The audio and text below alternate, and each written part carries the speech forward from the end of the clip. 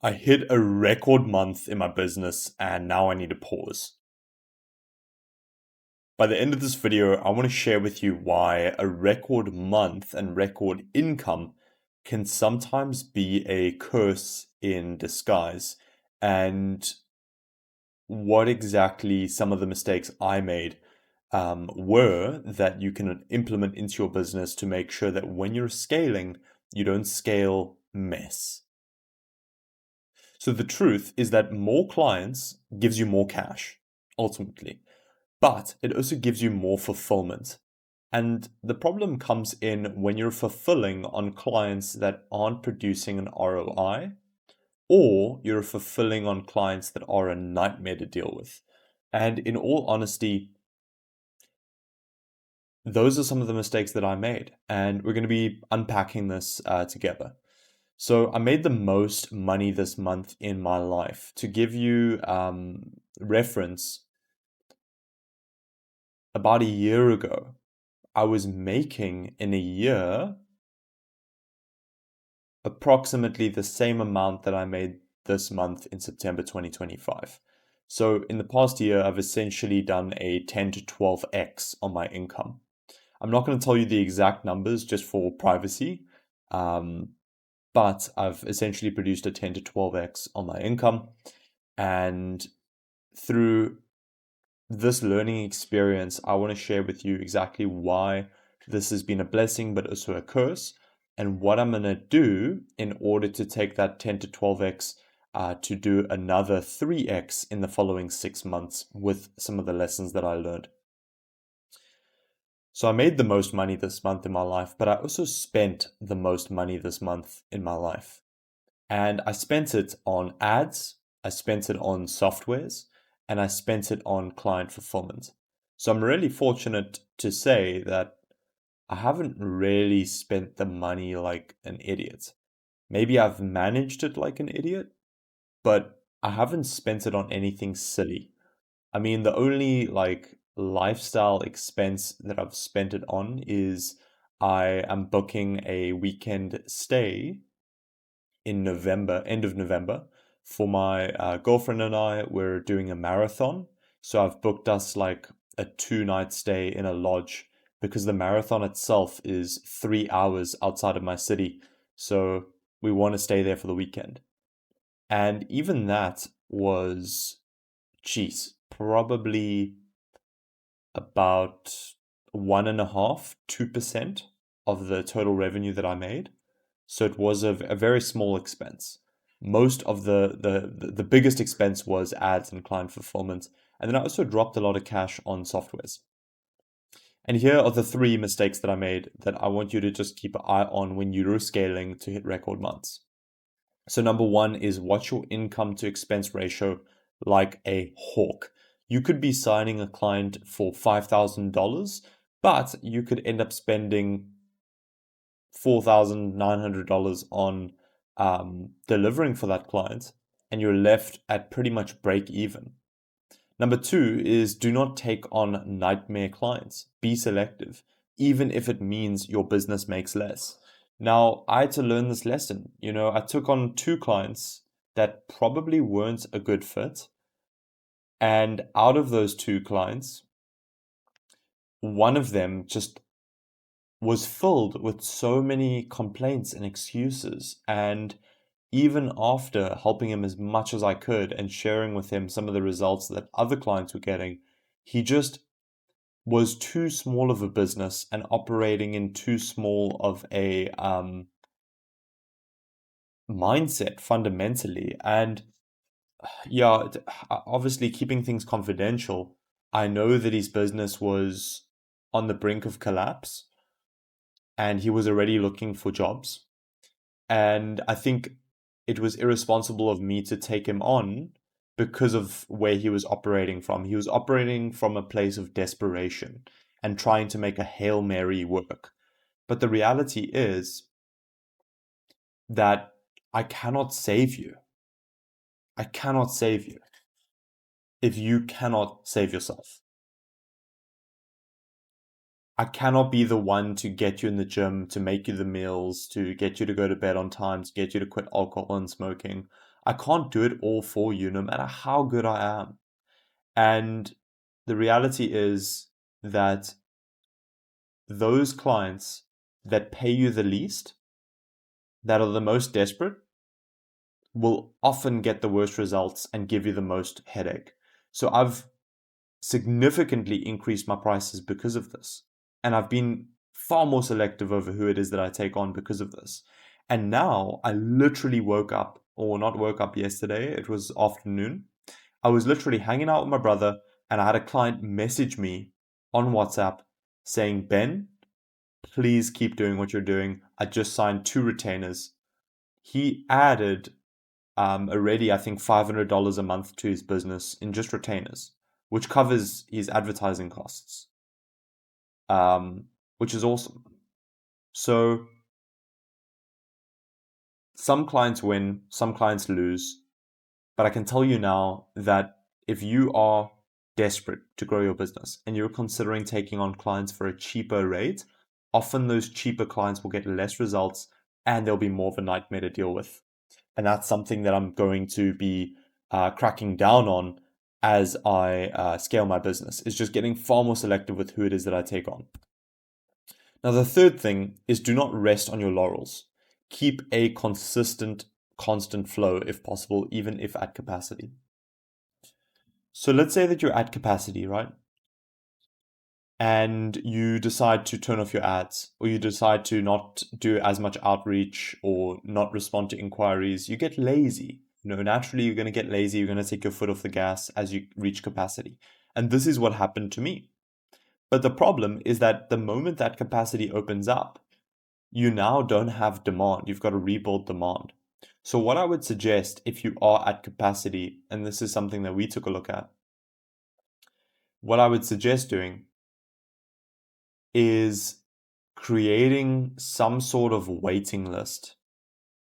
And that waiting list is functioning as a queue for people to work with you, meaning that whenever you reach out to them again, you have a valid reason for reaching out. You're saying, hey, Ryan, I know you've been in the waiting list for 3 weeks. We just had some capacity open up. Would you like to reserve a conversation with us and we can get you started? So that waiting list is basically like keeping food in the freezer, and then whenever you're hungry, you can defrost that food and you've got dinner. I want you to think of it like that. A waiting list is essentially you freezing food that's about to go off so that its expiration date stays longer, and then whenever you're hungry, you can defrost it and you've got dinner. Okay. Because otherwise, you're literally eating whatever you catch. So do not rest on your laurels. If you are at capacity, if you are having record months, make sure to constantly top up your freezer so that on the days that you are hungry, you can pull from that freezer and defrost a meal to feed you and your family. Now, here's why I needed this. Despite hitting a record month and bumping into all sorts of mistakes and challenges and spending so much money, my ad card is just like ringing. Like my ad card is just like ping, ping, ping, ping, ping. I had problems with my bank. I had problems with my card. I had problems with one of my software providers. There was like so many issues this month. And, my brother and my girlfriend, like my 2 closest people, had to put up with me. But I'm going to share with you why I needed this. So here's the strategy. We got lead flow first. So first, what you want to do when you're running ads or growing your business is you want to get lead flow. You just want to get flow, and then you want to introduce friction. So do not be worried about junk leads or qualifying your leads. Just focus on getting lead flow, on getting people to opt in, book a call, reserve a time, inquire, visit your branch, whatever it is. You want to just get lead flow first. Then once you're getting lead flow, you can start introducing friction so that the quality of your leads coming through are higher. That's what we did. At first, we did lead flow and we were getting all sorts of businesses. And then we started introducing friction to get higher quality leads so we could make more revenue per appointment. Same for closing deals. First, you want to sign on everyone and then you want to get selective. That's exactly what we're doing now. We signed on, I believe, anywhere between 17 to 20 clients in September. And then we started getting selective, and we're now being more selective for October onwards, knowing that the more premium a client is, the more established a client is, and the higher you price, often the higher quality a client is that you're dealing with. And this is a misconception because we're all taught to feel sorry for the poor person. And I hate to be mean, but oftentimes, if someone is broke, if someone's business is broke, it's often a compilation of things that are broken that you cannot fix. If someone comes to you and they're broke, it's often that they have 5 to 10 different unique problems that are causing that. And maybe you're really good at solving 3 problems, but they've got 10. And then what happens is they think that you can save them, but you're only good at saving 3 specific types of problems. So I could be capable of sending you the best leads on planet Earth, but if you do not have a sales process and you can't even show up to your own appointments on time, or you don't have ability to process money, or you don't have an onboarding process, or you don't have a reputation or a brand or a website, no matter how good the leads are that I get you, you won't sign them. And what's going to happen is because you're in a victim mindset, you're going to blame me for your business not growing. So when it comes to low quality clients, in the beginning, sign them on and learn. But later on, get very selective about who it is that you bring into your business and who it is that you decide to marry. Number 3 is get client results for your next sprint and then drastically increase prices. So this is what I'm currently doing. Is I'm getting client results. I've actually built out a results wall. We added about $120,000 in 6 weeks of deal flow to our clients. We booked over 300 appointments for our clients. For our own company, we booked about 75 appointments in 30 days. And then in terms of revenue collected, I've got clients signing retainers for $1,000, $1,500, $500, $300. Cleanup jobs for $1.5K. So we're now building a result wall of case studies of success stories of people who have worked with us. And we're now using those case studies to sign more expensive clients because we can, we've got the results.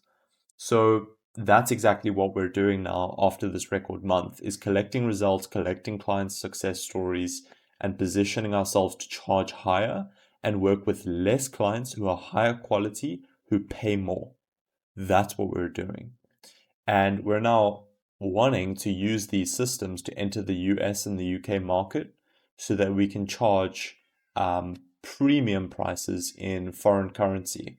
Because for those of you who don't know, I live in South Africa. I love South Africa. It's my home country. I've traveled to Europe. I love Germany. I love Austria. I love the UK. Those are some of the countries I visited on multiple occasions. I've been overseas, I think, 3 times. I've been overseas three separate times at 3 different ages, and I love traveling. But South Africa is home. But the unfortunate reality is that the local currency here is not strong. And I was recently speaking to an agency in Canada that is doing $40,000 to $60,000 a month. Very successful guy. And he said to me, Ben, let's go after the US. Like, we need to get you after the US because you are going to be able to charge ridiculous rates. And the thing is that those rates are not ridiculous in the US. They're kind of standard, but they're ridiculous here in South Africa. So we're building case studies, and then I'm going to start creating my 3-month, my quarterly engagement. I'm opting for around $9,800 for my quarterly engagement rate, which would equate to about 170,000 Rand every 3 months per business that we engage with. And you can only demand those prices once you have reputation and results that show that there is a clear ROI between a business spending money with you and receiving your services. Now let's talk about spending on lifestyle versus spending on rocket fuel. Okay. And this is why in the next 6 months, I will triple my income again.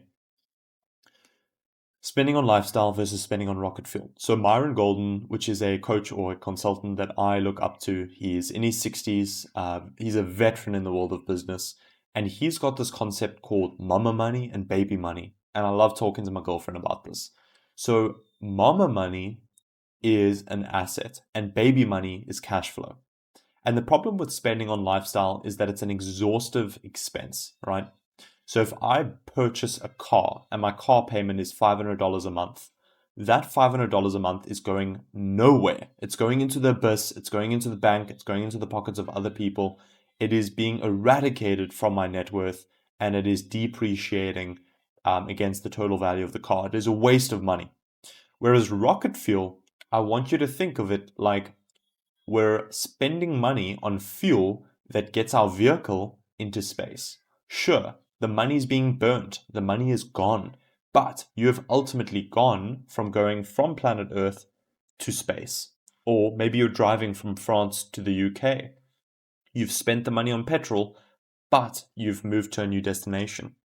So some examples of things that we're spending a lot of money on for the next quarter and the next 6 months is software. We're now developing a cold email automation that scrapes LinkedIn and does bulk cold email outreach to sign on clients that we can target by industry, employee count, and also management level. It's pretty freaking awesome stuff. And the point of what I'm trying to share is if you could just focus on spending as much money as possible on mama money, which is essentially a asset that produces baby money or cash flow, you will never worry about money again. Some examples of this is property, right? If you spend $100,000 on property and that property makes you $500 a month indefinitely, you have now spent $100,000 on a mama who is going to continue producing babies. Same for a shop. Maybe you buy a little barbershop for $20,000 and it makes $100 a day in profit by cutting hair. Or maybe you spend money on developing a software that you now sell to businesses and you get a percentage of their revenue. So what we're trying to do with our business is focus on creating as many assets as possible that produce recurring or reoccurring cash flow rather than spending money on lifestyle expenses. And this is where a lot of people my age, in their 20s, make irreversible mistakes and get into enormous debt, is that they focus on spending money on exhaustive things rather than spending money on assets. Okay, so here's an example, right? If I am running ads, you might think that that's an exhaustive thing. You might think that that is an expense. But if those ads are collecting me 10 emails a day, I'm getting 300 contact details of people that I need to speak to in a month. I'm building an asset. So the asset that I'm building is an email list. And the babies of that mama are the conversations that produce cash flow off of that email list. So I need you to think about that for your business, right? Are you investing in mamas that will produce babies? That's like the best way that I can speak about it. And what's interesting is that sometimes the same thing can be an expense or an asset. So what's an example, right? Let's say that you buy a sports car. A sports car is an expense. It's a stupid investment. It's an absolute expense, right? But what if you own a car rental agency where you rent out luxury vehicles? Now you've taken that expense and you've actually turned it into an asset that produces cash flow. And it's the same with ads. Maybe you're running ads to a landing page and you're just getting views. You're doing brand awareness. You're running ads on Google just to get a whole bunch of people looking at your website. That is a waste of money. Whereas if you were running ads to an opt-in to collect emails and company details and phone numbers, at least those ads are now producing a result, which is you're building the asset of building an email list, building a contact base that will eventually convert into cash flow. So what you need to ask yourself is the money that you're currently spending on things, whether it's in your personal life or your business life, are those things accumulating as an asset that will produce cash flow, Or is it an exhaustive expense that isn't getting you anywhere?